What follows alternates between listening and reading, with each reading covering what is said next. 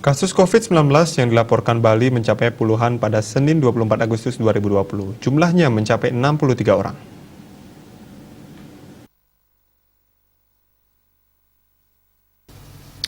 Rinciannya, kasus transmisi lokal sebanyak 62 orang dan pelaku perjalanan dalam negeri PPDN sebanyak 1 orang. Transmisi lokal masih mendominasi dan kumulatifnya mencapai 4.184 orang. Selain itu, dari total 4.578 kasus yang ditangani Bali, PPDN mencapai 86 orang dan PPLN sebanyak 306 orang.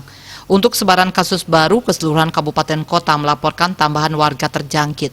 Kasus terbanyak kali ini kembali disumbangkan Denpasar dengan jumlah 10 kasus. Tetapi Denpasar tidak sendiri karena Karangasem juga melaporkan tambahan 10 kasus. Buleleng ada di posisi selanjutnya dengan jumlah 9 orang. Kemudian Badung bertambah 7 kasus COVID-19. Selain itu ada 4 kabupaten yang melaporkan kasus tambahan sebanyak 6 orang, yaitu Jembrane, Tabanan, Klungkung, dan Gianyar. Sedangkan Bangli melaporkan 2 kasus baru. Untuk kasus sembuh terjadi penambahan 54 orang sehingga kumulatif pasien sembuh menjadi 4.007 orang. Seluruh kabupaten kota juga melaporkan tambahan kasus sembuh. Terbanyak dilaporkan Karangasem dan Buleleng sebanyak 10 kasus. Posisi selanjutnya adalah Denpasar dengan jumlah 9 orang.